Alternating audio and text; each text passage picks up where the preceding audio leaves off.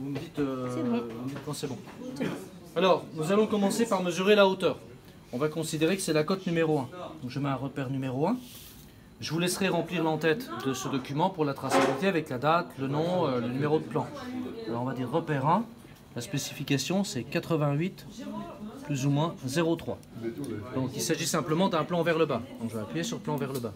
La machine descend, touche la surface, puis mesure 88,091.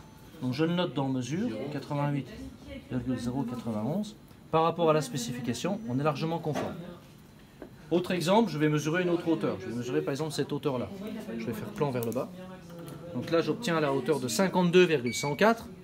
Si jamais j'appuie sur cette touche, je vais obtenir la distance entre les deux dernières mesures. Donc je le fais, j'obtiens 35,987. Donc la machine a déduit de cette hauteur-là et de cette hauteur-là la distance entre les deux dernières mesures. Ensuite, je vais par exemple mesurer la dimension intérieure de cette rainure. Donc ça correspond à une distance entre un plan vers le haut et un plan vers le bas. Alors je peux y aller par étapes. Je vais commencer par faire plan vers le haut. Pour moi, c'est ça qu'il faut. J'attends. On veut noter ensemble. Puis plan vers le bas. On l'avait déjà fait. On l'a déjà fait, mais je comprends pas si on doit refaire un dessin. Puis je vais demander la distance entre les deux dernières mesures.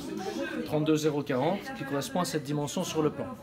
Si j'avais appuyé directement sur cette touche, j'aurais eu plan vers le haut, puis plan vers le bas. Donc là, ça fait la somme de ces deux touches. Et immédiatement, ça va calculer la distance entre les deux dernières mesures et la position du milieu des deux dernières mesures par rapport au marbre. Donc là, je la rajoute 32,055 et une position du centre de 26,077.